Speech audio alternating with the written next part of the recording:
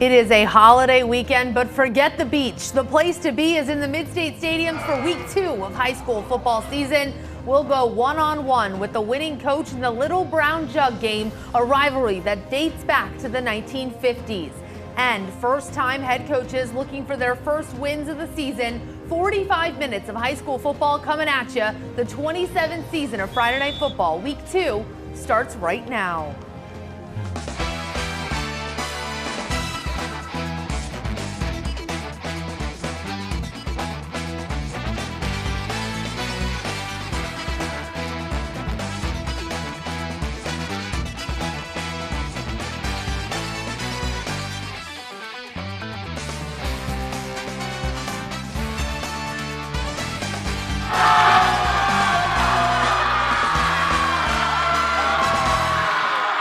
That is the energy you need in week 2. Welcome into the 27th season of Friday Night Football. Jared Phillips, John Repitz, and Ali Berube here with you for the entire season. And our holiday weekend is kicking off with some high school football. I know it's exactly what everyone was looking for this Friday. Jared, packed slate of games. Yeah, I mean, fantastic crowds once again. They didn't lay off from week 1 to week 2. We saw a bunch of people out. We saw some good football. At least I saw some great football. I saw some storied football, which we're going to get to in a little bit. But when you have these kinds of traditions here in the Mid-State, it makes every single game, every single play, every single cheer that bit better, right? John, you had some great games as well. Had some high-scoring games, had a low-scoring game too, but I want to give a shout-out to Jackson Chastain. His first season of Friday Night Football, perfect weather the last 2 Fridays. I mean, can't get much better than it was tonight. Batting 1,000, and if he said it's going to be good next week too. Yeah, so we're going to need it. We're going to need it. 3 for 3. Cool off the 90s for us. If I can be a little nitpicky, I would go for a little, just a touch cooler. I would take the thermostat and just turn it a notch. I'll give you 2 weeks for it. The games that are coming up on the show, we're scrolling on your screen, but let's get into the game of the night. Things didn't go as planned for DeLone in their season opener, losing to a stacked Trinity team, but the Squires get fresh life in week 2, taking on Lancaster Catholic, who opened the season with a 36-point win. The star of the first half, the senior Elijah Cunningham, opening drive for Catholic. He takes it 39 yards to the house to open up the scoring. Next drive on offense, Cunningham for Lancaster Catholic again takes it at the goal line for his second touchdown in the first quarter.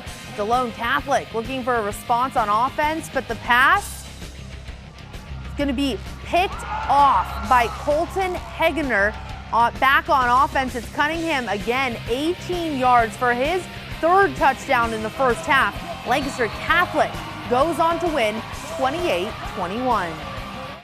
Lampeter Strasburg started the season about as perfectly as you can ask for, with a dominant 45-7 win over reigning Section 3 champ Solanco. Now, the Pioneers are hoping that says more about them this fall than the Golden Mules. They would have to prove that against a hungry Penn Manor team that couldn't find the end zone in a 27-0 week 1 loss to Conestoga Valley. We jump to the 3rd quarter. Penn Manor quarterback Kyle Fernier lofts one to the sideline. That drops into the hands of Jack Warfel for a first down. Nothing doing on that drive, though. They coughed the ball up later in the possession. And Lampeter Strasburg capitalizes. Senior John Mellinger takes the handoff all the way to midfield for a big first down and says, I got one more in me. He follows it up on the next play by taking it to the house on a long tutty. Penn Manor shut out for a 2nd consecutive week, losing at home 24-0 to Lampeter Strasburg. Storyline for West Perry just might be new season, same story. The Mustangs won 11 games last year and scored an average of 40 points per game. They scored 45 in their opening win over Susquehanna. That's bad news for Newport, as the Buffaloes were shut out in their opener. The visiting Mustangs taking the field with the flags a-flapping, and they wasted little time getting on the board. They took the opening kickoff and methodically marched it down the field. Marcus Quaker to Cole Brown, 14 yards, 7-0 about 2 minutes in. Next possession, West Perry driving again. Quaker to Bryce Smith. He gets hit and fumbles. Who has it? Wait for it, wait for it. Newport's Zach Bella says, I do. Now this might be the easiest sack ever. Cody Erno says hello to Newport's Trevin Arnold. Mustangs threatening again. It's Quaker to Smith. Makes a couple of spin moves here. Nice, but stopped just short of the goal line. few plays later, big Caleb Gutschall is going to score, but is going to pay for it as he is body slammed to the turf. Now, come on, take it easy, fellas. It's only a game. Second quarter now, Gutschall again, 3 yards, a cloud of dust, and a touchdown. West Perry wins it. The final was 41-7. So, John, it looks like the Mustangs back to their winning ways. They, of course, went all the way to the district championship before falling to Wyomissing. We're just getting started on Friday Night Football. We got more games on the other side of this short break. We're Lancaster Cats!